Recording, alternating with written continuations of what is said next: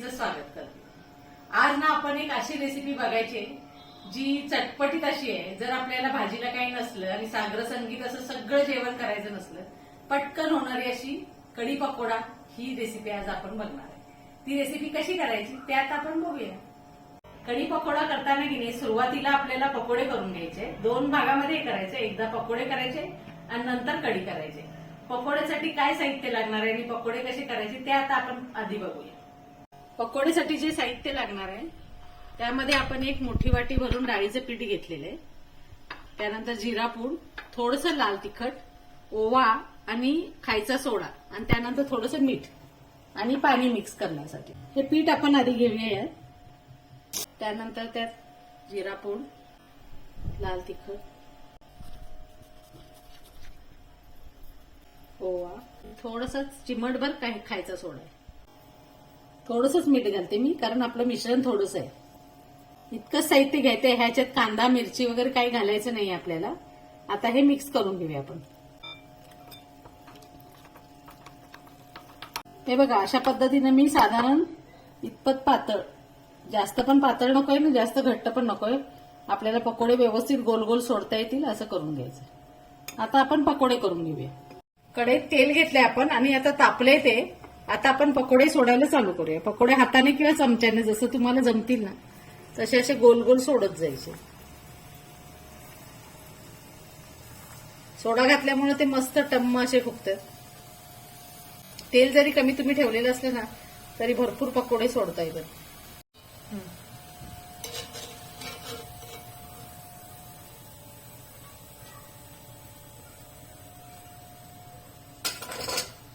पकोडे तळून झालेले आपले। आता आपण कढी कशी करायची ते बघूया।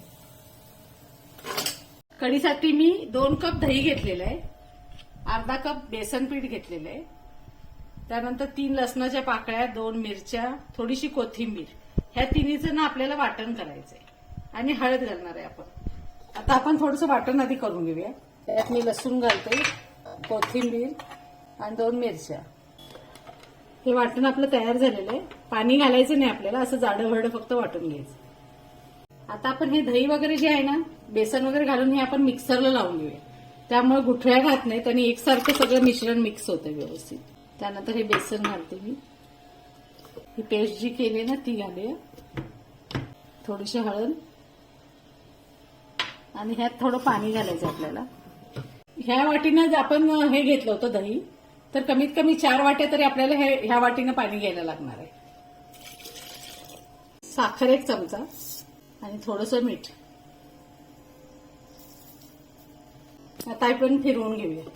हे बघा, असं एकसारखं असं मिश्रण आपलं तयार झालेलं आहे। आता आपण कढी फोडणी घालायला घेऊया। कढई तापत ठेवली आपण। आता त्यात थोडंसं तेल घ्यायचंय आपल्याला, जास्त नाही घ्यायचंय, कारण आता आपल्याला ही फोडणी जरी घातली ना तर पुन्हा एकदा नंतर तडका द्यायचा आहे, त्यामुळे आता थोडंसंच फक्त तेल घालायचं। तेल तापलंय आपलं। आता मी ह्यात मोहरी घालते, जिरे घालते, त्यानंतर मेथी दाणा घालायचा, त्यामुळे कढी खूप छान लागते, स्वाद मस्त येते त्याचा। आणि थोडीशीच कढीपत्त्याची पानं घालते, त्यानंतर हळद आणि ही मिश्रण आपल्याला मिक्स करायचं। ही कढी आता आपण फोडणी घातली, ही मस्त अशी हलवून घ्यायची, एकसारखं हलवत राहायचं। थोड्या वेळाने कढीला थोडासा घट्टपणा येईल, दाटसर होईल। कढी पकोड्याला जास्त कढी पातळ नसते, कारण ही तुम्हाला चपाती बरोबर, पराठ्यांच्या बरोबर, भाताबरोबर कशाबरोबर खाता यावी। भाजीच्या ऐवजी कढी पकोडा असा त्याचं हे असल्यामुळं कढीचं थोडंसं प्रमाण घट्ट ठेवायचं, जास्त पातळ नको। ही कढी आता आपली मस्त अशी शिजून तयार झाली। हे आणखीन ह्याच्यापेक्षा पण थंड जशी होईल ना ते आणखीन दाटसर होते, त्यामुळे साधारण ह्या लेवलला आली की आपल्याला कढीचं गॅस बंद करायचं आहे आपल्याला आणि मग ह्याच्यात पकोडे सोडायचे। हे पकोडे सोडून घ्यायचे असे आपण। एकतर थोडा वेळ गॅस ठेवून तुम्ही 2 मिनिटं ह्याला आणखीन उकळी पण देऊ शकता किंवा ह्याच्यावर झाकण घालून ठेवून द्यायचं। आता आपल्याला याची तडक्याची थोडीशी तयारी करायची, वरून एक तडका द्यायचा आहे ज्याच्यामुळे ह्या कढीला आणखीन थोडी चव येईल। तडक्यासाठी आधी तेल घेऊया आपण तडका पॅन मध्ये. सुरुवातीला मोहरी, नंतर जिरे, नंतर लसूण घालायचे आपल्याला, कढीपत्ता, हिंग, त्यानंतर मिरच्या, नंतर गॅस बंद करायचा आहे आणि मग आपल्याला हे लाल तिखट थोडंसं घालायचं तिथे. हा तडका सर्विंग बाउल मध्ये आपण कढी काढलेली आहे त्याच्यावर ओतायचं होतं आपण.